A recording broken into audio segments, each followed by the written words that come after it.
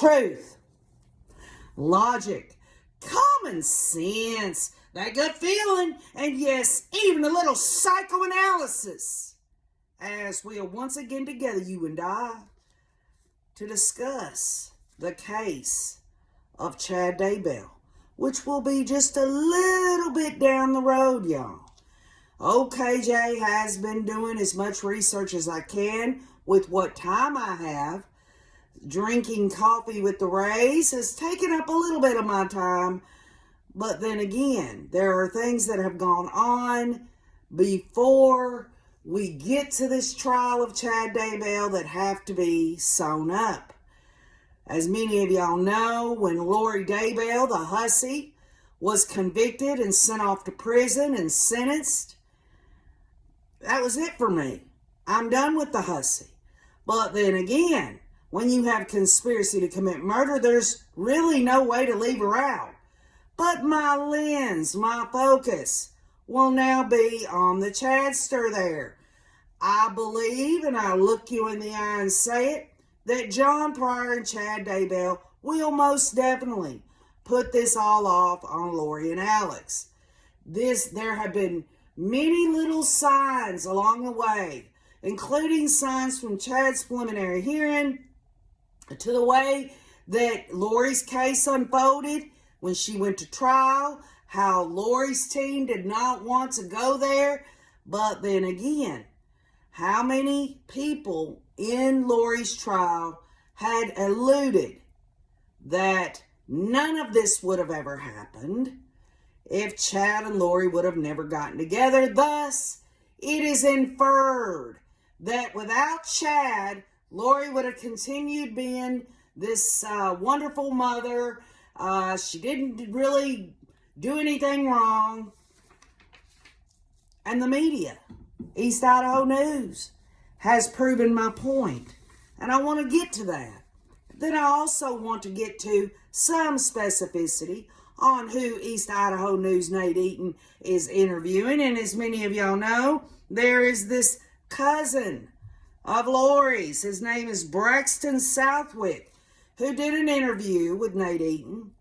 And it just absolutely floored me that one minute he's saying that Lori was all into this, but at the same time, had Chad not been part of it, it would have never happened. Well, let's just look at this Braxton Southwick. I want to lay the foundation for this media article. I want to give y'all a little more information on who this cousin of Lori's is, so that you know when he speaks in this interview, you've got a little more meat to it on the lens of this man and what he's trying to bring across. Ultimately, this guy has been in television and news articles all the way back, as far as I've researched, since 2011. And so perhaps this interview is a way to kind of keep him awake, if you know what I mean, in the media's eyes, to kind of boost him a little bit, make him more relevant. One of Lori Daybell's close cousins is shedding new light on her doomsday beliefs and the influence Chad Daybell may have had on her in the months leading up to the deaths of her children. Again, the question I have is, why, Nate Eaton? Why get this fella in on this news article? What is the message that the media is willing to put out here? Braxton Southwick lived within an hour of Lori's family growing up, and is similar in age to her and her brother Adam. Okay, so he's kind of in between Lori and Adam. You know, as far as Adam Cox is concerned, I don't feel real good about this. Y'all know how I feel. He tells East Idaho News they were as close as cousins could be, but really connected in 2001. I've always kind of been a prepper, but really got into it after 9/11, the terrorist attacks. I'd say Lori started prepping a lot around the same time, so let's stop there. Lori started prepping around 2001, and yet she's been raised in the Church of Jesus Christ of Latter-day Saints. It is my understanding that buckets of food abound. Preparation for the end of the world is a big thing in the church. We talked a lot about prepping. I'd call her and say, hey, have you read this book? And she'd call me and say, have you read this book? We kind of fueled the fire, the passion, and prepping with each other. Folks, he says 2001. Lori was 28 years old at the time. Let's move forward. Southwick appeared on 2 seasons of the hit National Geographic Doomsday Preppers, has been on multiple television programs discussing prepping, and has traveled to several states speaking about preparing for the end of times. He says Lori wasn't into collecting food storage, fuel, or physical items because she moved around a lot. So, is he saying because a person that believes in food storage moves a lot, that they don't prepare at all? As I recall, there was some food storage in Charles and Lori's house when they murdered Charles. They hid Charles's things in a food prep area behind the food prep. So Lori, she absolutely was into that, as I assume many are. And there's nothing wrong with preparing if you have faith that it's going to be the end of the world. It's a sign of faith. I'm not saying that. I am just saying that if I look through the filter of what this man is saying, and also I will share with you a little bit about his background, this all goes back to why the media has decided to give this guy his voice. He says Lori wasn't into collecting food storage, fuel, or physical items because she moved a lot. Instead, she focused on spiritual religious preparation. Southwick recalls visiting Hawaii with his wife in 2017. That means Lori was 46 years old, y'all, and staying at Lori and Charles's home for a week. Pretty much all we did was talk about prepping the whole time. Books, our feelings about things. It was just something fun for us to do, says this Braxton Southwick. Is it fun? Is it really fun to prepare for the end of the world? Is this some kind of, Disney World shit here? Let's have some fun. Let's talk about how the world's going to be destroyed. Let's have some fun, Lori. It was huge in her life to be part of it and experienced it firsthand. That was what she really, really wanted, says Southwick. Now, how does he know what she really, really wanted in 2017? Because we know what happened in October of 2018. The bottom line is this is his opinions. This does not even bear any factual resemblance to any truth whatsoever. These are his impressions. Southwick met Chad in Rexburg at a religious conference in 2018. Well, wonder why they're not putting the month in there. In Rexburg, right? So I guess research-wise, I'd have to look and see when that conference took place in October of 2018 in St. George, and then you have the Rexburg one. Was that before or after? He knew that Chad was a book publisher, but did not speak with him until the author called out of the blue in March of 2020, asking if he could help come up with money to get Lori out of jail. Okay, so if he didn't really talk to him in 2018, right? He didn't talk to him. So how did he know him? How did he give him his number? Was this Lori giving it to Chad? Oh, I think my cousin might help us. Or was there a little bit more to this? Does this Braxton Southwick leave out the fact that when he met Chad during this time in 2018 all the way up to 2020? What was going on in there? How did Chad Daybell get his number? He called me because they were talking about bailing her out. Who are they? Is it Chad and Lori are the they? Because if that's the case, then why are they saying, he's saying, because they were talking about bailing her out. Why isn't he saying they wanted to bail Lori out because Lori and Chad wanted that to happen? Who is they? Is it Chad and Lori? Is it other people? Of course I wanted to help, but at the same time I'm like, I'm not going to. I'm going to let this play out. I would have had to put my house up to do it, and I wasn't about to do that. We talked 3 separate times, and he's the most vanilla, plain, soft-spoken guy. I was like, what is going on here? It just didn't add up for me. So he's talked to Chad Daybell 3 times. This wasn't a single phone call. Whether Chad got his number through their meetings, through the 2 years between 2018 and 2020.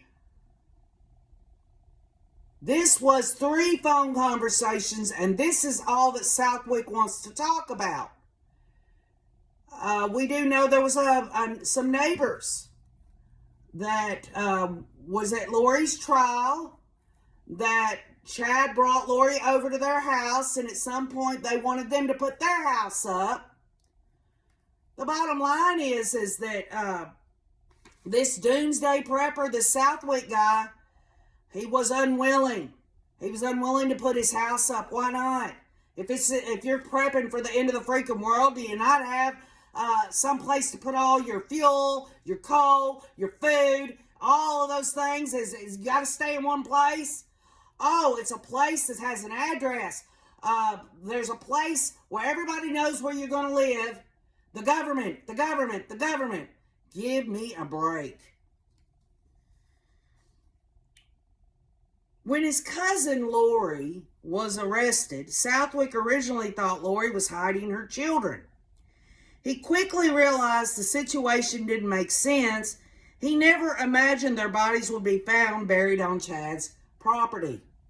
And let me just back up for a minute. Why is this guy downplaying Chad Daybell by calling him vanilla? He's talked to him 3 times. He saw him at a conference 2018. Not sure the month there, but I am going to research and find out when that Rexburg conference happened, whether it was before Chad and Lori got together or after.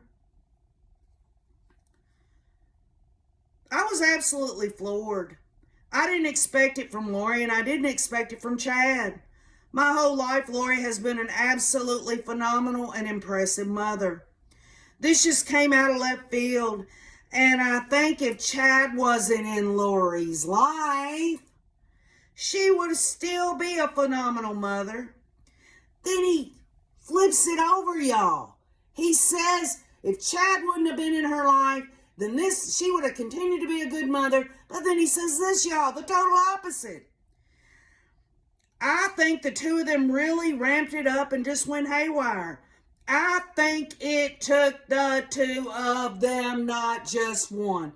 Make up your mind, dude.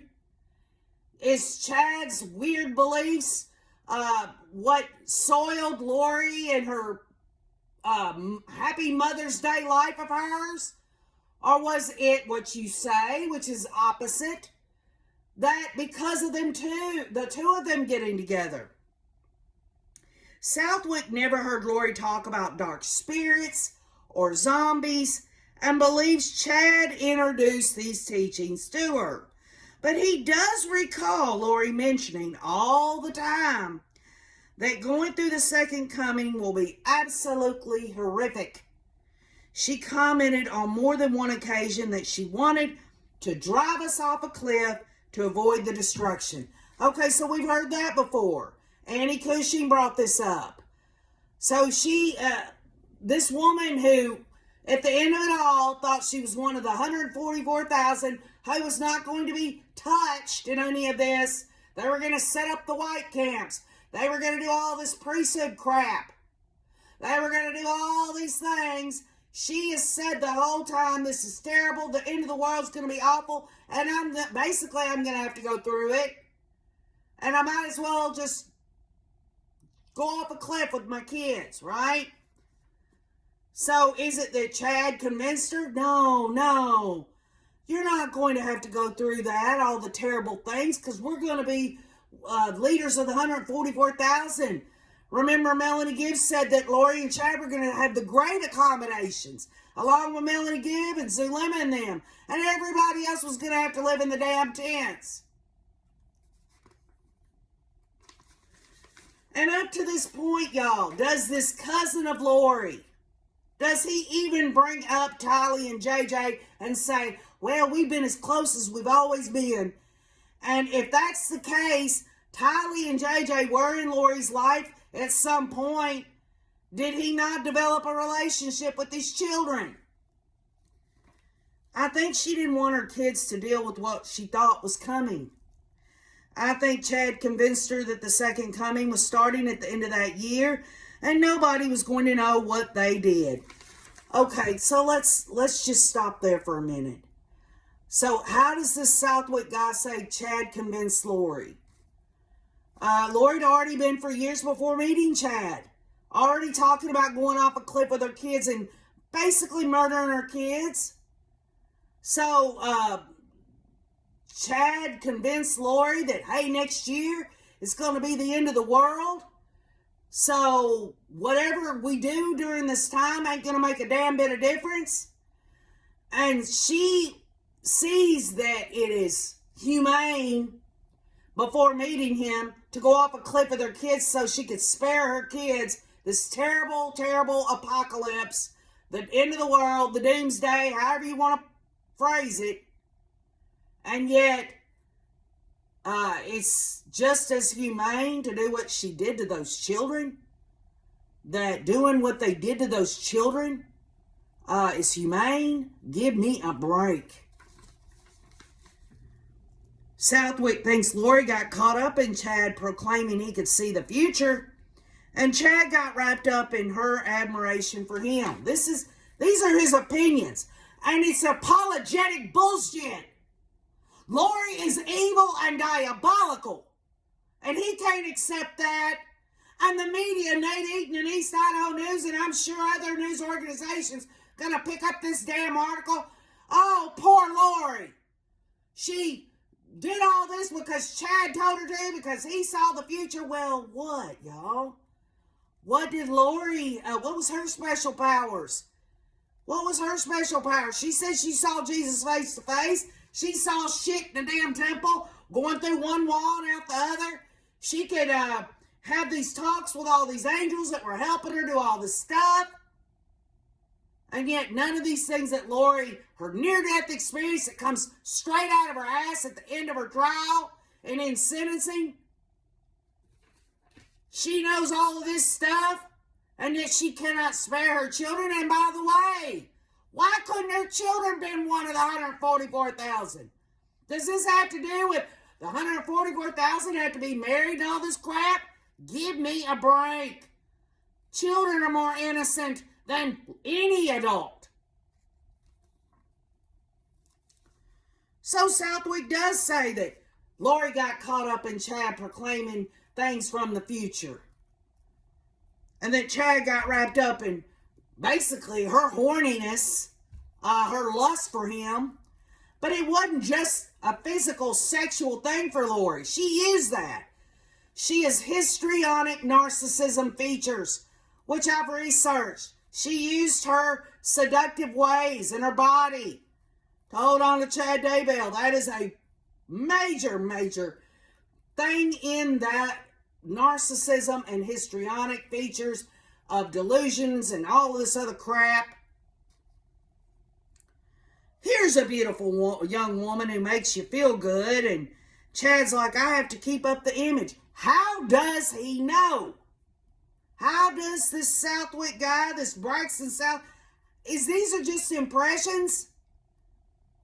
And if Chad was going around acting like he could see the future and everything, And he saw that Lori was like, oh, this guy can see beyond the veil. He sees the future. Even if it was an act.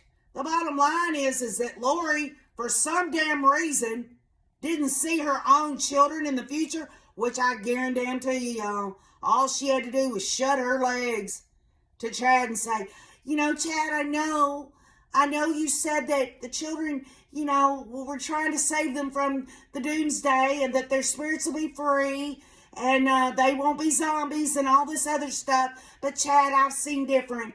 And I got to close my legs, Chad. And Chad would have immediately went along with anything the damn hussy said. If you want to take this narrative from the Southwick guy, I have to keep up the image he thinks Chad would say. I have to keep it going. I don't want to lose that. Well, if he didn't want to lose that big black hole, that hussy, the sexual pleasure he was getting from her, the ego boost that he was getting from being with a woman who at the time was beautiful, then he would have absolutely went along with anything Lori said. And y'all, we've already got it backed up in the text messages in Lori's trial. She was waiting for that 0 rating. She wanted the children out of there. She could have said anything to Chad and he would have all she had to do was grab him by the storm, right? He'd follow her anywhere. Does that line up with her cousin here saying Chad filled Lori's head full of stuff? No, y'all, Lori, to me, she was even Steven with Chad, if not more. And that doesn't make Chad Daybell any less guilty. But again, y'all, this goes back to the foundation of Chad's pre-trial and trial coming up. John Pryor and Chad are going to put this off on Lori and Alex. It's a different ball game, y'all. The blame game. We all thought Lori would come in there and blame Chad. Well, her attorneys tried to do it in their closing arguments, but she absolutely got pissed off about that. And she never mentioned Chad Daybell, y'all, in her sentencing allocution. She never brought him up. If she was so whooped over the damn storm there, she'd have brought up Chad Daybell. She would have very well said, along with every other stupid thing she said in her allocution, I just believe Chad. But she never did. She never brought Chad forward in any of this. When you have a beautiful woman, says this Braxton dude here, this Braxton, what's his last name? Southwick, her cousin there, who knew her very well, who for some reason, I don't know if he's reached out to Nate Eaton and East Idaho News or whether Nate sought him out. Obviously, y'all, this guy has already been in the media, full blown in the media, and you'll see what I'm talking about here in a minute. So he's been, I guess what you'd call checked by the media. So it's safe, right? The media has, East Idaho News has seen he's been in all this other stuff, not just Doomsday Preppers. He's been in articles, and you can look him up, do some research yourself. He's already been checked, y'all. When you have a beautiful woman after you, says Lori's cousin there. So it was Lori who was after Chad. Do y'all really think that Chad Daybell and John Pryor are not going to bring up that Lori and Alex would not leave Chad Daybell alone? That she was seducing Chad, and Chad being, what is it? Lori's cousin says, so vanilla. Give me a break, y'all. I can see it forming in front of my eyes. Chad Daybell is absolutely going to put this all off on Lori and Alex. You'll do anything, including telling people you know the future. And so this cousin of Lori's, he's saying that because Chad wanted Lori so much, he'd do anything for a beautiful woman, that he had to keep the ruse up, that he could see the future. Well, what about Lori and her superpowers? Do you think Chad believed everything Lori was saying to him? I don't think Chad Daybell cared as long as he could dip the little oil stick in the hole there. I don't think Chad cared either way. I think that it was something, exciting for them both. A big freaking RPG role-playing shit like Ian Pulaski talked about. They were having a damn arousal. Sexual fun. That's what they were doing. The most powerful person in the world is somebody that says, I know the future. And Lori wanted that so bad she clung to it. Well, I'll tell you what. If that's the case, if that's what her cousin Braxton wants to say, and Lori truly believed that Chad knew the future, well, he sure as hell didn't see any of this shit coming.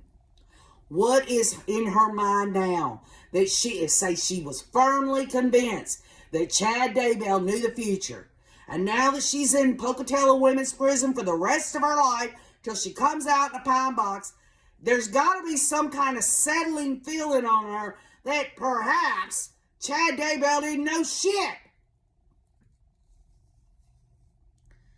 After Lori was arrested, Southwick called her in jail and told her he loved her. He says he still does despite all that has happened. She's a phenomenal cousin, and it breaks my heart what has happened to her and our family. She completely went off the wrong road. The wrong road? This SOB, this cousin of hers, says that what happened to those children and Tammy and Charles Vallow and even Joe Ryan was just off a road. He wants to downplay this shit. He can kiss my country ass. And I just feel horrible for her every day. Oh, he does. He feels horrible for her every day. What about the victims' family members? Does he say anything about that? No. The victims' family members have got to live with this. And he doesn't bring up anything in his article about, I love Tylee. Tylee was a good girl. I love JJ. How close was this dude to his cousin anyway? I pray for her every day, and I absolutely love her. What is it that he loves? What is it that this cousin of her loves? Don't get me wrong, y'all. I think everybody should love no matter what. What I'm saying is what he is saying in the article. He feels so bad for her. He wants to give the impression that Chad Daybell did this to her. Give me a break. So who is he? Who is this guy that's coming out here 1 minute saying that Lori was into all this, and when she met Chad, it was Chad that basically corrupted her? Well, I looked at it, and I'm going to kind of go chronologically from as far back as I can. Obviously, in the article, it talks about he'd been close to her and basically got back into a cousin relationship with her in 2001, and how they would talk about books and all this, and he explains that she really wasn't into this or that. Well, let's move up a little bit. Let's move up. How about this Braxton dude? He did an interview for a Live Science article in 2012. Okay? Let's think about that. In his article to Nate Eaton, he talks about their relationship was pretty cool from 2001 on.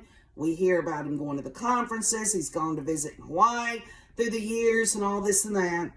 But in 2012, this fella here who wants to school everyone out here about how Lori was misled by Chad and all that crap, Live Science in 2012 interviewed him and asked, what made you get more extreme about prepping? Okay, so foundationally speaking, this guy, he's built his career on prepping. He's been on Doomsday Preppers for National Geographic. He's been in articles. He is the one that everybody looks to in a lot of areas. And let's keep in mind, what would Lori see in her cousin that would make her want to carry on a family relationship with him? She would have to know he's doing well. He's been on these shows. He's done articles. He's went all over the country talking to these prepper groups. Nate Eaton asked him, have you been part of Daybell? He says no, but he doesn't go into other groups that he's been into. Live Science says, what made you get more extreme about it? And he says, I saw concerning world events happening, and I've always been kind of a doomsday guy. I don't think the world will end in 2012, but that whole mind thing got me into it more. So in 2011 and 2012, he's letting everyone know in the media that he doesn't believe it's going to end in 2012, and we have to throw in there dashes of all these other people that say the world's going to end and all that. Well, at the end of that sentence, they put a little link there. They put a link in there by his statement, and the link is about doomsday preppers' greatest fears. So just bear with me, because what I am trying to get across is this guy's done an article with Nate Eaton about Lori Daybell and Chad Daybell, and this is his background, basically, at least in the media, and what he decides to show everyone. The link says doomsday preppers' greatest fears are aliens, black holes, cosmic impact, gamma ray bursts, infection, nuclear war, robots, the sun, supervolcanoes, and last but not least, y'all, the last thing that doomsday preppers are their greatest fears is zombies. This is an article linked through Live Science in 2011. The basic definition of what zombies is there are brain-controlling parasites effectively capable of turning ants into zombies. It's been scientifically proven. But no known germs can turn people into the walking dead. Still, researchers do use the zombie scenario to study how epidemics spread. In 2 sites in the Brazilian rainforest, researchers identified 4 new species of brain-controlling fungal parasites. These fungi infect carpenter ants and turn them into zombies, directing them to leave their colonies and die in places where the fungi can grow and spread. That has absolutely no comparison at all to what Lori and Chad and Zulema, Melanie Gibb, Melanie Pulaski, and the rest of these nut jobs were talking about in terms of zombies. And in fact, y'all, this fella here, he says nothing in terms of viewing his doomsday prepper stuff about the end of the world in the light of it, other than to say in Men's Journal in 2017, y'all, that's what, a year before he meets Chad Daybell. Southwick is a former race truck driver who works as a mechanic. He loves speedboats, 4-wheelers, and motorcycles.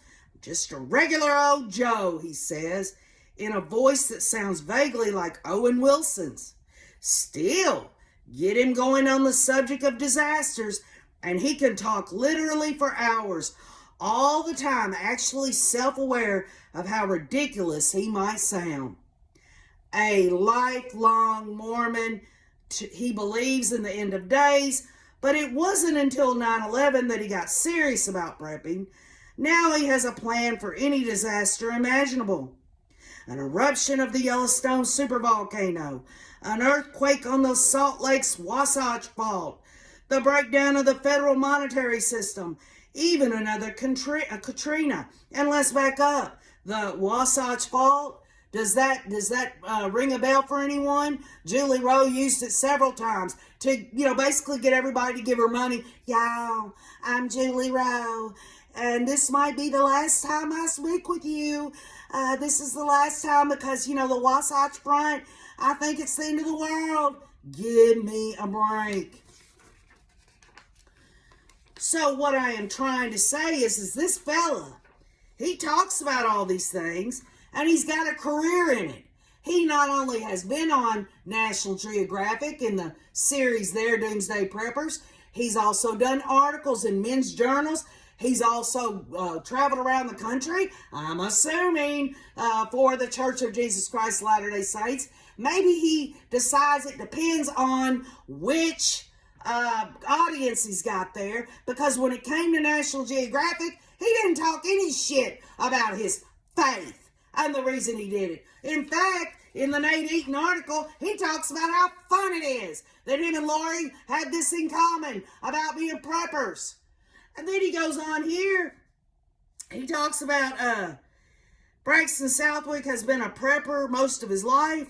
After writing his first book, A Letter to My Friends About Possible Life-Changing Disasters, he was in the National Geographic to be featured in the popular show Doomsday Preppers. Since then, Braxton has appeared on PBS Special on Prepping, The Today Show, Good Morning America, Anderson Cooper Live, Inside Edition, Fox and Friends with Megyn Kelly, CNN, and in Jeff Probst's show. His most recent show was a documentary on prepping with Mathis and Staff Copens of Belgian TV, which airs in Europe the first week of April. Braxton's expertise has also been featured in several magazines, which include Men's Journal, American Survivor Guide, and on the front page of USA Today. Mr. Southwick continues to share his knowledge on modern radio shows all over the country, from LA to New York. He is currently working on his second book and is continually involved with educating the public on prepping. He goes on to talk about that Live Science says to him, and this is the last, y'all, back again to Live Science. What if your fears are overblown and nothing apocalyptic happens? Would you view your prepping as a waste of time? And this cousin of Lori Daybell says this. He says, not at all. It's our little pet project. Some people collect china and trinkets. We collect food and other things. We'll use all our food and fuel eventually, i.e., this stupid guy, in my opinion, he just let people know if there wasn't an apocalypse, if nothing ever happened. This is just like collecting trinkets. It's like a pet project. Does he really believe this shit is real? I don't think so. And so, for me, when I look at how he has framed everything all this time, the fact that Chad Daybell would call him in 2020 to try to help him get Lori out of jail, and who gave Chad the number, I just look at it like wherever this guy, he's a grifter, whatever he can do to stay relevant in the prepper community, he has no real grasp, in my view, of this being the end of the world scenario, and that's why he's doing it. He just said it in an article that it's a pet project. What does that have to do with preparing for the end of the world with buckets of damn food? We collect food and other things. We'll use all our food and fuel eventually. So he's saying if it don't work out, we've spent all this time and money, we'll use it eventually. I.e., there is no end of the freaking world for this fella. Give me a break. So I guess in summary, what I got to say on all of this is that they are gearing up, the media is gearing up to kind of put the focus on Chad Daybell, which I agree with. But why do it making it look like Lori was fooled by Chad? That Lori would have never done this if Chad wouldn't have been in the picture. It's just so short-sighted, y'all. Does it mean that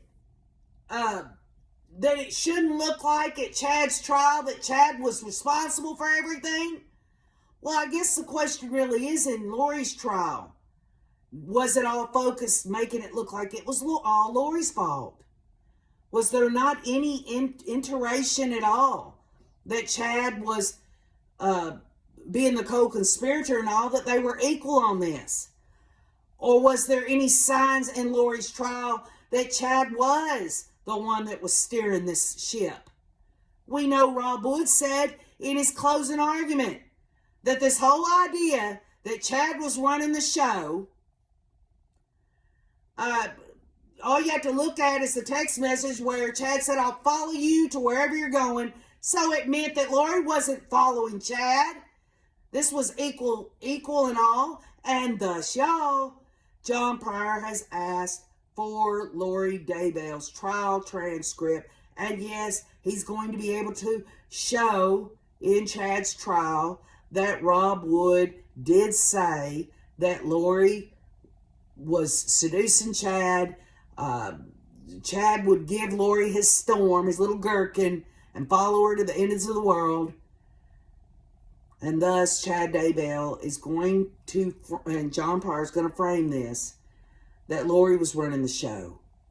That Lori and Alex was, it wasn't Alex running the show, it was Lori running the show using Alex. Chad was being stalked. Chad was not thinking clearly. Perhaps Chad was going through a midlife crisis. This whole idea that this Braxton Southwick guy talks about, where is it? Talks about how Chad, let me find it. Let me make my point, because I think it's important.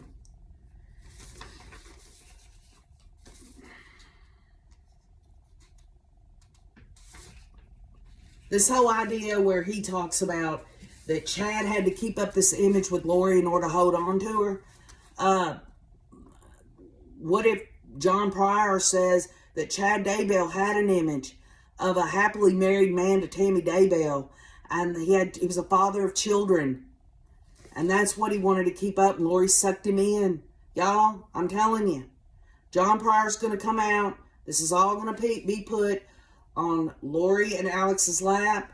You've got family members of Lori now gearing up to say this was all Chad Daybell and not Lori. Y'all, I don't give a rat's ass how Chad Daybell is framed in his trial to get him convicted.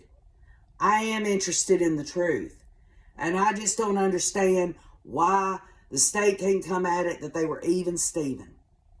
If for nothing else, in my view, y'all, Lori was more in control of Chad than Chad was of Lori. And so will this work to benefit Chad Daybell? We're going to find, I feel like he's going to be convicted on all counts.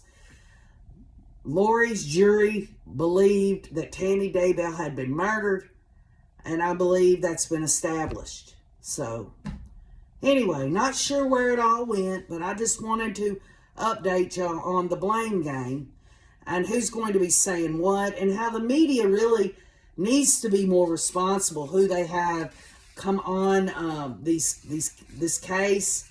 I'm sure that if Chad's family members got out there, I mean, we saw a little bit of smidgen of that with Emma on 48 Hours in her backyard saying if Lori would have never came in her dad's life, none of this shit would have ever happened. It's just what it is. So leave your comments. Let me know. This is the first time we've been in a Ray room in a pretty good while. The pre-records in the Ray room will be focused on Chad Daybell. Make no mistake, y'all. Just make no mistake. We will get justice through understanding. Keep on looking.